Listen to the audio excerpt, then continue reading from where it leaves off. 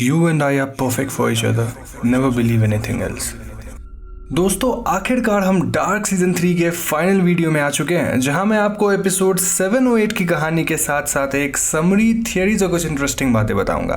Please make sure कि आप इस वीडियो को एंड तक ज़रूर देखें, क्योंकि पिछले 3 साल में मैंने इस सीरीज़ पे 14-15 वीडियोस बनाए हैं and it all comes down to this particular video. Now as usual यहाँ आपको टाइमलाइन वर्ल्ड स्विच दिख जाएगी और पुरानी डार्क की वीडियोस के लिए आप डिस्क्रिप्शन चेक कर सकते हैं। So now with that said, let's roll the intro.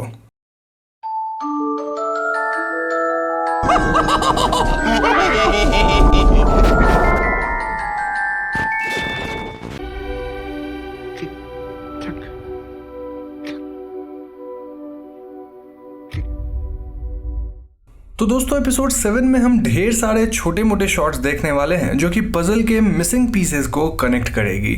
तो यहाँ टाइम कई बार चेंज होने वाली है और आपको पूरी स्टोरी एकदम साफ साफ दिखेगी। मोरओवर मैंने सीजन 3 के हर एक वीडियो में टाइमलाइन को थोड़ा बहुत लीनियर वे में प्रेजेंट करने की कोशिश करी है ताकि आप चीज़ों को अच्छे से समझें।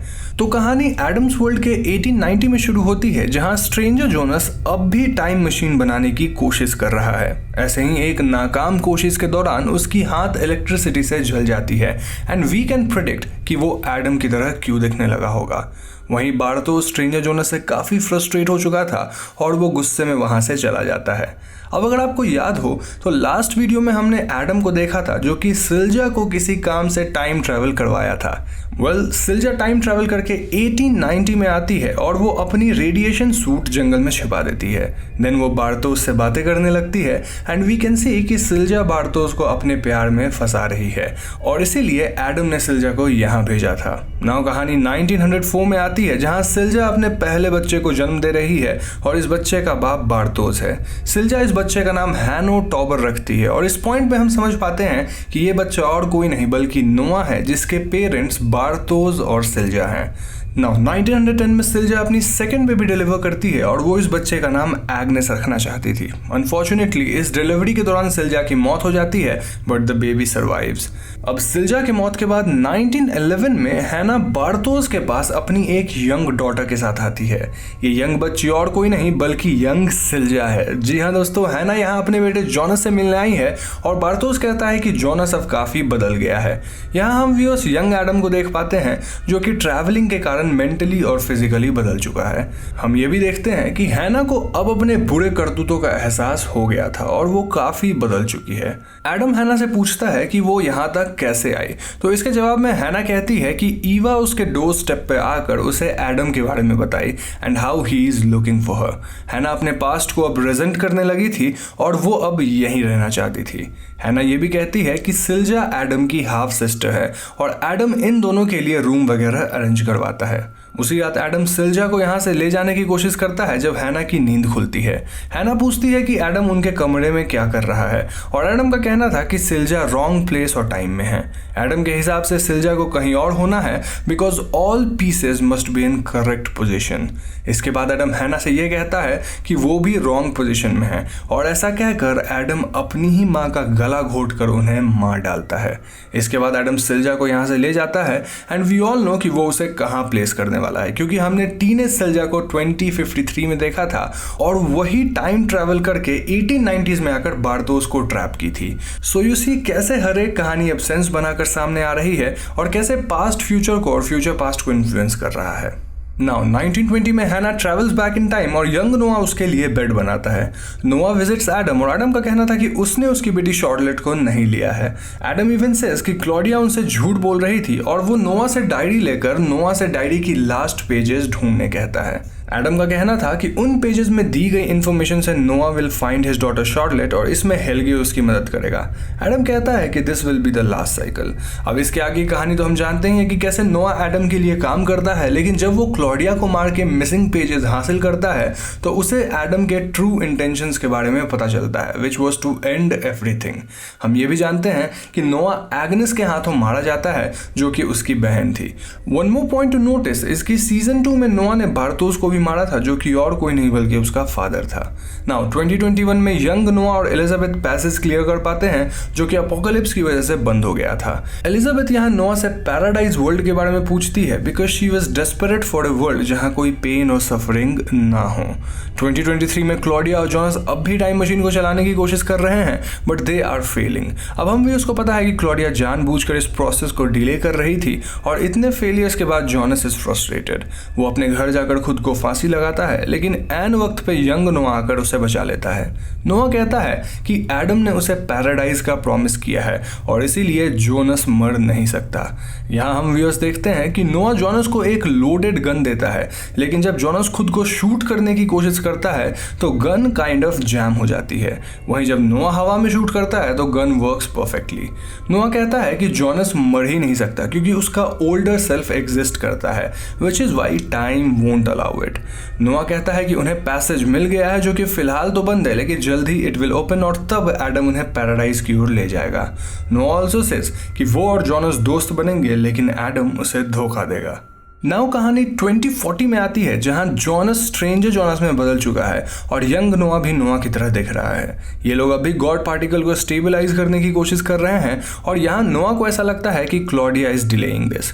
नोआ का कहना था कि क्लॉडिया अचानक से कई दिनों के लिए गायब हो जाती है एंड नो वन नोज कि वो कहाँ जाती है और इसलिए उन्हें क्लॉडिया पे भरोसा नहीं करना चाहिए। स्ट्रेंजर जॉनस का अब भी मानना था कि वो टाइम में वापस जाकर सब कुछ ठीक कर देगा और वो बोलता है कि he will never become Adam. यहाँ हम प्रेग्नेंट एलिजाबेथ को भी देख पाते हैं जो कि नोआ की वाइफ है। Meanwhile alt Claudia Adam's world वाली क्लॉडिया से मिलने आती है और वो क्लॉडिया से इसी तरह जॉनस को लीड करने कहती है। ऑल्ट क्लॉडिया के जाने से पहले क्लॉडिया उससे कई सवाल पूछती है about the other world and Eva. Alt Claudia कहती है कि अगर सब कुछ ईवा के प्लान मुताबिक हुआ तो साइकिल बार बार रिपीट होगा और ऐसे में क्लॉडिया की बेटी रेजिना भी बार बार सफर करके मारी जाएगी। ये सब सुनकर क्लॉडिया कहती है कि there must be a way to destroy the knot and maybe Adam और ईवा दोनों गलत है। ऐसा कहकर क्लॉडिया ऑल्ट क्लॉडिया को मार डालती है और वो ईवाज वर्ल्ड में जाती है जहां वो खुद को ऑल्ट क्लॉडिया बताती है। ईवा को क्लॉडिया पे शक नहीं होता और वो उसे टाइम मशीन की ब्लूप्रिंट देती है जो कि ऑल्ट क्लॉडिया को देना था जो इन टर्न ये ब्लूप्रिंट टैनाहॉस को देती। लेकिन हम ये जानते हैं कि यहाँ ऑल्ट क्लॉडिया तो मर चुकी है और ये वाली क्लॉडिया एडम्स वर्ल्ड से है। वहीं एडम्स वर्ल्ड के 2041 में एलिजाबेथ को एक छोटी सी बच्ची होती है who was none other than Charlotte. Elizabeth अब भी पैराडाइज के बारे में नोआ से बातें करती है और बैकग्राउंड में हम दो लोगों को इनके घर के अंदर आते देख पाते हैं जो कि इनके बच्ची को चुराने आए हैं। Now if you remember Adam ने फ्यूचर एलिजाबेथ और शार्लेट को कहीं भेजा था और ये दो लोग 2041 में आकर नोआ का बच्चा चुराते हैं।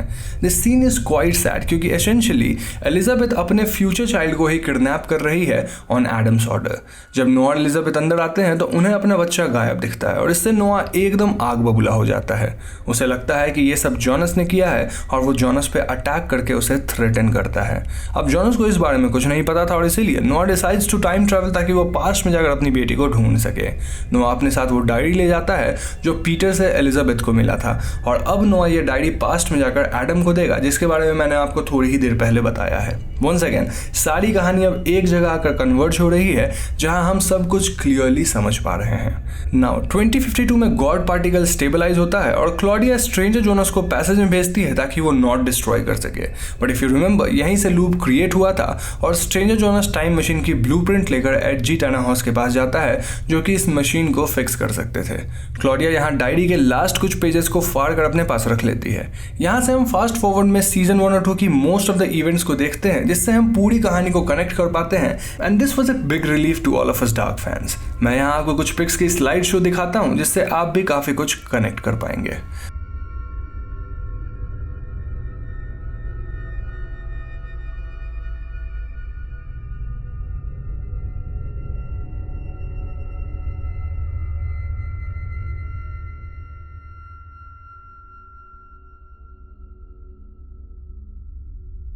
अब यहाँ से कहानी काफ़ी इंटरेस्टिंग होती है क्योंकि हम व्यूअर्स एक टीवी शो में एच.डी. टेनाहॉस की आवाज़ सुनते हैं जो कि श्रोडिंजर्स कैट वाली कॉन्सेप्ट को समझा रहे हैं। सो लेट अस सपोज कि एक बिल्ली किसी स्टील चेम्बर में बंद है और इस चेम्बर के अंदर थोड़ा सा रेडियो एक्टिव मटेरियल है, जहर या फिर एसिड की बॉटल है और एक हथौड़ा है। अब जैसे जैसे radio active matter steel chamber के अंदर डिके करेगा वहाँ का काउंटर गिरेगा जिससे हैमर रिलीज होकर पॉइजन वाली बॉटल को तोड़ देगा। इस प्रक्रिया की वजह से बिल्ली मारी जाएगी। लेकिन क्वांटम वर्ल्ड के वेव कैरेक्टरिस्टिक्स के कारण देयर इज अ पॉसिबिलिटी कि रेडियो एक्टिव मटेरियल डिके ही नहीं होगा, हेंस बिल्ली बच जाएगी। सो वी कैन सेफली से कि एटम का डिके होना या ना होना उससे एक डेफिनेटिव स्टेट में तब तक फोर्स नहीं करेगा जब तक हम खुद उसे ऑब्जर्व ना करें। यानी ऑब्जर्वेशन से पहले बिल्ली दो सुपरपोज स्टेट्स में एग्जिस्ट कर सकती है, यानी कि बिल्ली एक ही टाइम पे डेड एंड अलाइव दोनों स्टेट में हो सकती है। यहाँ मैंने आपको श्रोडिंजर्स कैट वाली थियरी बहुत ही सिंपल वे में बताने की कोशिश की है ताकि हम डार्क की कहानी को समझ सके। So this theory asks us a question कि क्या क्वांटम इंटैंगलमेंट रियल वर्ल्ड में एग्जिस्ट कर सकता है? क्या दो रियलिटीज एक ही टाइम पे साइड बाय साइड एग्जिस्ट कर सकती है? Now using the concept of this theory हम यूज देखते हैं कि अपोकलिप्स वाले दिन ट्रैवलिंग मार्था जोनस को बचाकर ईवाज वर्ल्ड में ले गई जहां वो मारा गया। वहीं ट्रैवलिंग मार्था को एडम कैप्चर कर लेता है and this is our first case. लेकिन there is one more reality और द सेकंड केस जहां ट्रैवलिंग मार्था को बार्थोस जोनस के पास जाने से रोक लेता है। बार्थोस कहता है कि उसे ओरिजिन के बारे में पता है और ट्रैवलिंग मार्था उसके साथ चली जाती है। इस रियलिटी में जोनस अपने घर के बेसमेंट में छिपकर अपोकलिप्स सर्वाइव कर जाता है। ये वाला जोनस आगे चल के स्ट्रेंजर जोनस और एडम बनेगा और ये वाली ट्रैवलिंग मार्था ईवा बनेगी। तो दोस्तों आप समझ गए होंगे कि आखिर क्यों जोनस के मरने के बाद भी एडम एग्जिस्ट्स और एक ही टाइम पे दो रियलिटीज कैसे एग्जिस्ट कर सकती हैं। सो सेकेंड केस में बार्थोस ट्रैवलिंग मार्था को इरिटलक्स में लाता है जहां वो ईवा को जोनस के डेथ के लिए ब्लेम करती है। ईवा यहां मार्था के फेस को कट करके उसे दूसरा स्कार देती है और इस स्कार को हमने देख रखा है। सी सेज कि ईवा को चूज करना लाइफ को चूज करने जैसा है और जोनस को चूज करना डेथ को चूज करने जैसा है। ईवा बताती है कि ट्रैवलिंग मार्था अपने पेट में ओरिजिन को कैरी कर रही है and her son is the connection between the two worlds. तभी यहाँ अननोन्स आते हैं और यंग वर्जन मार्था को हक करता है ना। ऑब्वियसली मार्था अपने बच्चे को नहीं मारेगी एंड दे कन्विंस हर कि मार्था जोनस को मार दे। मार्था आगे जाकर जोनस को शूट कर देती है और दोस्तों ये वही सीन है जहां हमने ट्रैवलिंग मार्था को जोनस को शूट करते देखा था जिसके बाद जोनस की मौत हो गई थी। नाउ फर्स्ट वाले केस के परिणाम अनुसार ट्रैवलिंग मार्था जोनस को बचा लेती है और उसे एडम कैप्चर कर लेता है। वो उसे बांध कर एक जगह रखता है जहां से वो दोनों अपोकलिप्स के एनर्जी को हार्नेस कर सके। एडम के हिसाब से अगर वो ओरिजिन को खत्म करेगा तो सब कुछ खत्म होगा, लेकिन जब वो मार्था पे दोनों वर्ल्ड के अपोकलिप्स के एनर्जी को प्रोजेक्ट करता है तो वो खत्म हो जाती है, लेकिन दोनों में से किसी भी वर्ल्ड को कुछ नहीं होता। एडम अपनी आंख वगैरह बंद करके मौत को गले लगाने के लिए तैयार था, लेकिन ही शॉक्ड कि वो अब भी जिंदा है एंड एवरीथिंग वाज ऑलराइट। ऐसा इसीलिए क्योंकि ईवा इस स्विच इन टाइम के बारे में जानती थी जो एडम को नहीं पता था और वो हमेशा एक वर्जन को सेव करके फैमिली ट्री प्रिजर्व कर रही थी। इस मोमेंट में हम क्लॉडिया को आते देखते हैं और वो एडम को सब कुछ समझाती है। क्लॉडिया बताती है कि ये जो कुछ भी हो रहा है वो एक लूप है जो कि हमेशा के लिए इनफाइनाइट टाइम्स होते रहता है। एडम को कुछ समझ नहीं आता और उसके हिसाब से तो Claudia should be dead. Claudia फिर उसे समझाती है कि एडम का ये सोचना कि दोनों वर्ल्ड की कनेक्शन मार्था के पेट में पलने वाला ओरिजिन है ये बिल्कुल गलत है। दरअसल ये दोनों वर्ल्ड कभी एग्जिस्ट ही नहीं करनी चाहिए थी और ट्राइकेट्रा के सिंबल की तरह there exists a third world. जी हाँ दोस्तों, एडम और ईवा की वर्ल्ड एक तीसरे वर्ल्ड से जन्म ली है जो कि रियल में ओरिजिन है और उसी ओरिजिन वर्ल्ड ने नॉट को जन्म दिया है। एडम और ईवा की world kind of mirror worlds है और आपने पूरी सीरीज में नोटिस भी करा होगा कि कैसे इन दोनों वर्ल्ड्स में सब कुछ काइंड ऑफ फ्लिप्ड है। लाइक मार्था का स्कार कभी लेफ्ट में तो कभी राइट में, अननोन का स्कार कभी लेफ्ट में तो कभी राइट में। मोस्टली ये फ्लिप दूसरे वर्ल्ड में जाने पे होता है। इतना ही नहीं, घर के स्टेयर्स, पावर प्लांट की लोकेशन वगैरह सब फ्लिप होती है एंड दिस इंडिकेट्स कि ये दोनों वर्ल्ड एक दूसरे की मिरर है जो कि थर्ड ओरिजिन वर्ल्ड से जन्म ली है। अब यहाँ हम व्यूअर्स पहली बार ओरिजिन वर्ल्ड की कहानी देख पाते हैं जहाँ 1974 में एच.डी. टेनाहॉस अपने बेटे, बहू और ग्रैंड चाइल्ड को एक एक्सीडेंट में खो देते हैं। Tannhaus is unable to get over it और उनके डेथ को रिवर्स करने के लिए वो एक मशीन बनाते हैं जो कि एक ऐसी रियलिटी क्रिएट कर सके जिसमें उनका परिवार जिंदा हो। वो कई साल सालों तक इस पे काम करते हैं और फाइनली 1986 में वो इस मशीन को स्टार्ट करते हैं। उनके ऐसा करने से ही दो मिरर वर्ल्ड्स क्रिएट हो गई थी जिसे हम एडम्स वर्ल्ड और ईवाज वर्ल्ड बोल रहे थे। तो अगर इस नॉट को डिस्ट्रॉय करना है तो इन्हें ओरिजिन वर्ल्ड में वो मशीन बनने से रोकना होगा। वो मशीन तभी नहीं बनेगा जब टैनाहॉस की फैमिली नहीं मरेगी और इसके लिए उन्हें ओरिजिन वर्ल्ड के इवेंट्स को बदलना होगा। एडम ये सब सुनकर कंफ्यूज होता है और वो पूछता है कि क्या ये सब पहले हो चुका है। क्लोरिया कहती है कि Adam infinite number of times दोनों वर्ल्ड को डिस्ट्रॉय करने की कोशिश करा है, लेकिन ये पहली बार हुआ है कि क्लोरिया उससे आकर यहाँ बातें कर रही है। एडम क्लोरिया से पूछता है कि आखिर उसे इस ओरिजिन वर्ल्ड के बारे में कैसे पता चला। तो क्लोरिया बताती है कि वो इस गुत्थी को कई सालों से सुलझाने की कोशिश में थी जब एडम और ईवा एक दूसरे से लड़ रहे थे। क्लोरिया दोनों वर्ल्ड्स में ट्रैवल करी और वो इस बात को समझ गई कि इन दोनों वर्ल्ड्स के नॉट का ओरिजिन कहीं और है। अगर ये नॉट डिस्ट्रॉय होता है तो इस नॉट से जन्मे सभी लोग खत्म हो जाएंगे, इंक्लूडिंग दीज टू वर्ल्ड्स। यहाँ फ्लैशबैक में हम देख पाते हैं कि क्लोरिया ने ही ट्रॉन्टे से रेजिना को मारने कहा था ताकि रेजिना सफर न करे। इस कन्वर्सेशन से हमें पता चलता है कि ट्रॉन्टे इज नॉट द फादर। क्लोरिया ये भी कहती है कि रेजिना नॉट से जन्म नहीं ली है और इसलिए वो ओरिजिन वर्ल्ड में जिएगी, and this was the reason Claudia third world को खोज पाई, क्योंकि उसकी बेटी रेजिना इन दोनों वर्ल्ड्स में बार बार मर रही थी। क्लोरिया ने अब तक ये सारी बातें किसी को नहीं बताई थी क्योंकि इस पॉइंट तक सब कुछ सेम वे में होना जरूरी था। यहाँ हम ईवाज वर्ल्ड के हेल्गे और अल्रिक वाली स्टोरी देख पाते हैं जो कि एडम्स वर्ल्ड से थोड़ी डिफरेंट थी, लेकिन इसकी भी एंडिंग सेम ही थी। अब इन बातों को सुनकर हमारे मन में सवाल आता है कि आखिर ओरिजिन वर्ल्ड में एचजी टैनाहॉस के फैमिली को मरने से कैसे रोका जाए। क्लोरिया समझाती है कि अपोकलिप्स के टाइम कुछ फ्रैक्शन ऑफ सेकेंड्स के लिए टाइम स्टिल होता है जिससे chain of cause and effect momentarily break होगा, यानी कि इस वक्त पे चीजों को बदला जा सकता है।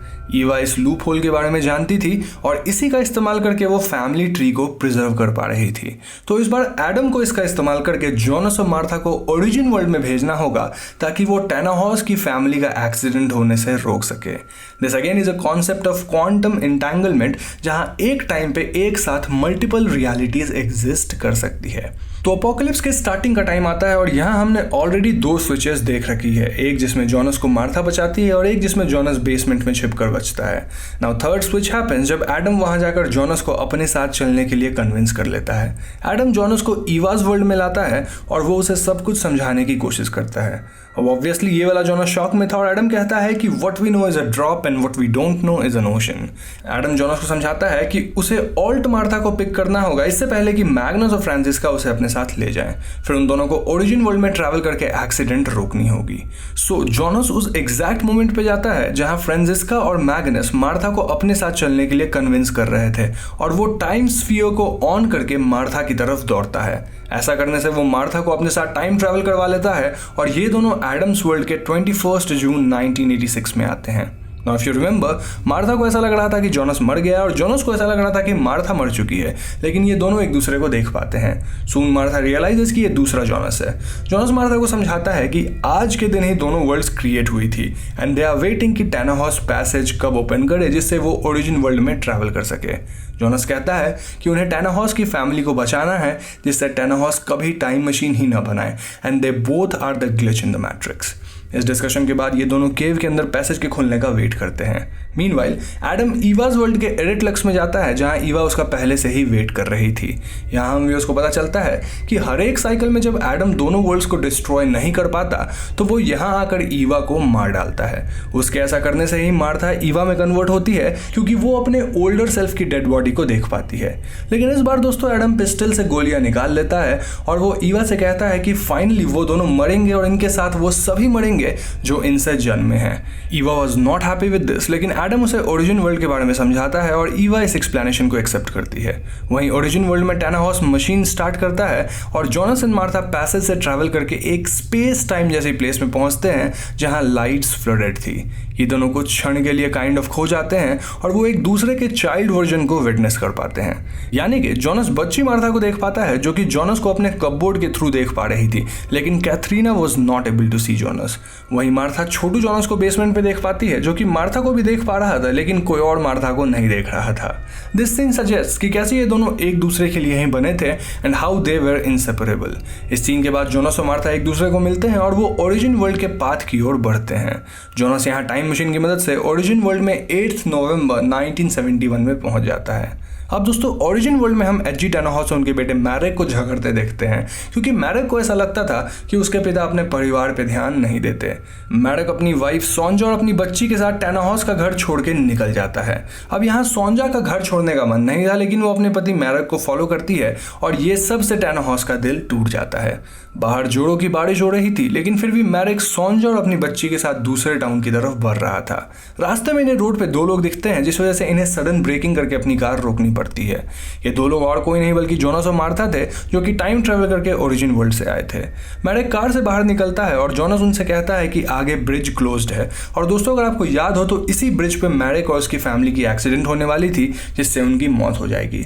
जोनास यहाँ फिर से what we know is a drop वाली डायलॉग मारता है और मार्था मैरेक से कहती है कि his father loves him a lot. ये सब सुनकर मैरेक वापस घर जाने का डिसीजन लेता है और वो लोग फिर से टेनाहॉस के घर पहुंच जाते हैं। यहाँ मैरेक का मानना था कि उसने अब पेयर ऑफ एंजल्स को देखा। अब ऐसा होने से टेनाहॉस की फैमिली बच गई, जिस वजह से टेनाहॉस ओरिजिन वर्ल्ड में टाइम मशीन नहीं क्रिएट करेंगे। अब क्योंकि टाइम मशीन क्रिएट नहीं होगी तो एडम्स और ईवाज वर्ल्ड एग्जिस्ट ही नहीं करेगी। सो हम व्यूअर्स जोनास और मार्था को डस्ट में कन्वर्ट होते देखते हैं और खत्म होने से पहले जोनास कहता है, You and I are perfect for each other, never believe anything else. This was the most beautiful and emotional scene of this entire series, जिसका हम सभी 3 साल से इंतजार कर रहे थे।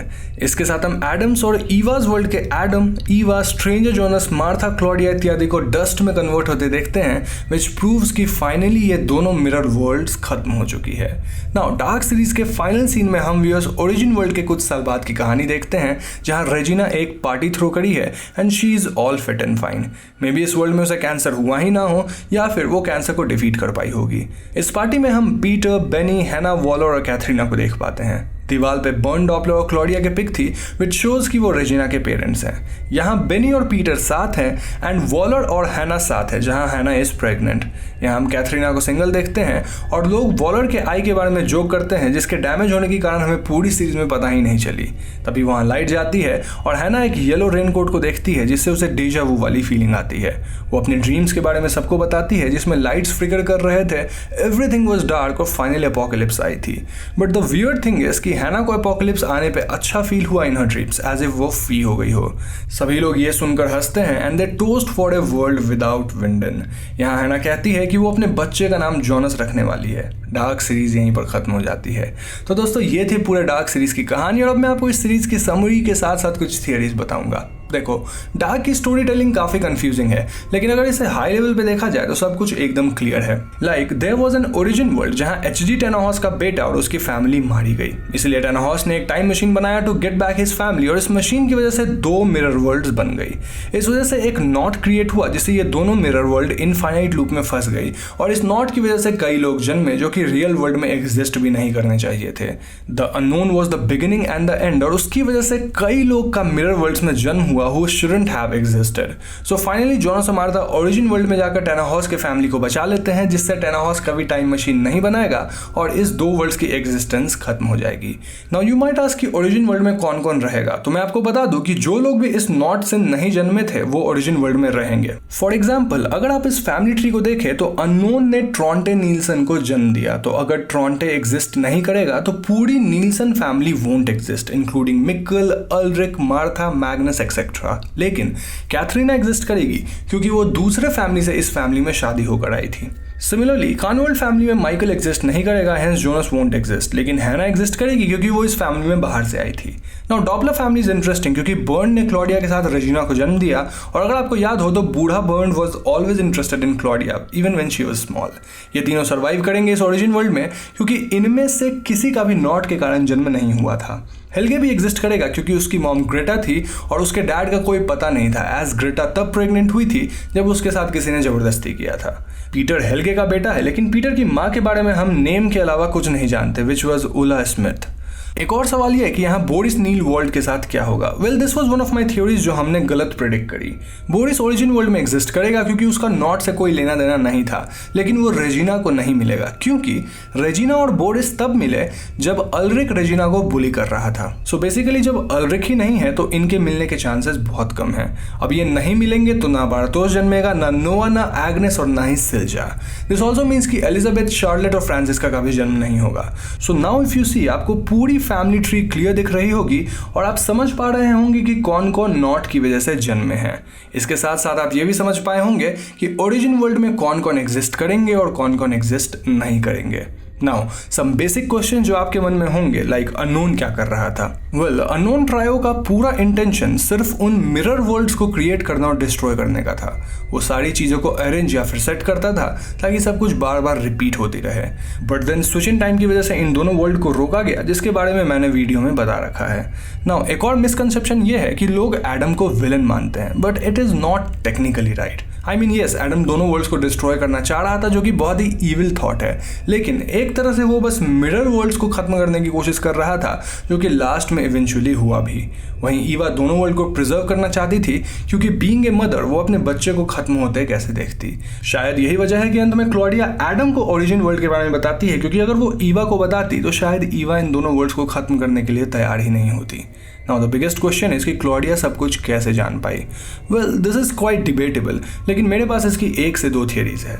सो अगर आपने ध्यान दिया हो तो इन 2 मिरर वर्ल्ड्स में वो सभी लोग मारे जा रहे थे जो ओरिजिन वर्ल्ड में सर्वाइव कर रहे थे। यानी कि क्लॉडिया ने बहुत कोशिश करी कि वो रेजिना को दोनों में से किसी एक वर्ल्ड में बचा ले, लेकिन she was unsuccessful. This led her to think कि मे बी इन 2 वर्ल्ड्स की नॉट एक तीसरे वर्ल्ड द्वारा कंट्रोल्ड है, which might be the origin, और रेजिना वहां सर्वाइव करेगी। क्लॉडिया वॉज राइट, और हमने देखा कि ओरिजिन वर्ल्ड में Regina was full lively and healthy.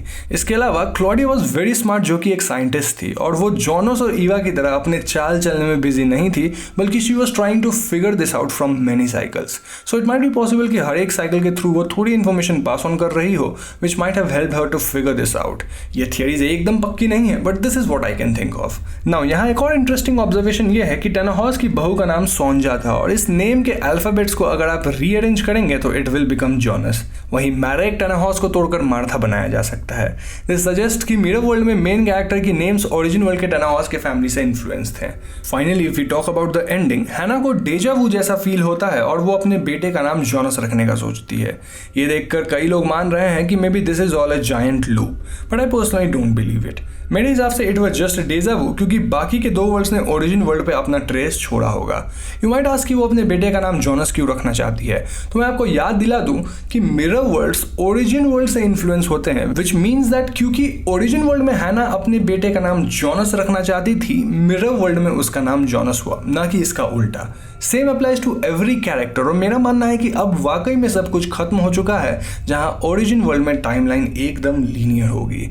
Finally some observations, like origin world को हमेशा डिफरेंट एस्पेक्ट रेशियो और कलर ग्रेड के साथ दिखाया गया है। एडम्स और ईवा's वर्ल्ड एक दूसरे के मिरर ऑपोजिट थे। टेनाहॉस ने ओरिजिन वर्ल्ड में अपने फैमिली को बचाने के लिए टाइम मशीन बनाया, जिससे ये सब कांड हुआ, और अंत में उसे टाइम मशीन बनाने से रोका गया, लेकिन फिर भी उसकी फैमिली बच गई। दिस मीन्स कि टेनाहॉस फाइनली बिना कुछ जाने अपने फैमिली को बचा पाया। ही वुड नेवर नो कि एक सिंगल पॉसिबिलिटी से क्या कुछ हो गया था। तो दोस्तों, ये थी मेरी डार्क सीरीज पे फुल एंड फाइनल वीडियो, और मुझे उम्मीद है कि आपको मेरी ये वीडियो ज़रूर पसंद आई होगी। इसके साथ मैं ये भी उम्मीद करता हूँ कि आपको मेरी डार्क पे बनाई हुई सारी वीडियोस पसंद आई होगी। अब अगर आपके मन में कोई डाउट्स है या फिर मुझसे कोई डिटेल मिस हो गई हो, तो आप मुझे नीचे कॉमेंट करके ज़रूर बताइए। इस सीरीज़ को बनाने में काफ़ी मेहनत लगी है, तो अगर आप मेरे चैनल को ज्वाइन करके सपोर्ट करने में सक्षम है तो it would be really awesome. जाने से पहले हमारे चैनल हॉन्टिंग ट्यूब को सब्सक्राइब करके बेल आइकॉन को ज़रूर दबा दीजिएगा, क्योंकि हम अपने चैनल पर ऐसे वीडियोस लाते रहते हैं। पीस।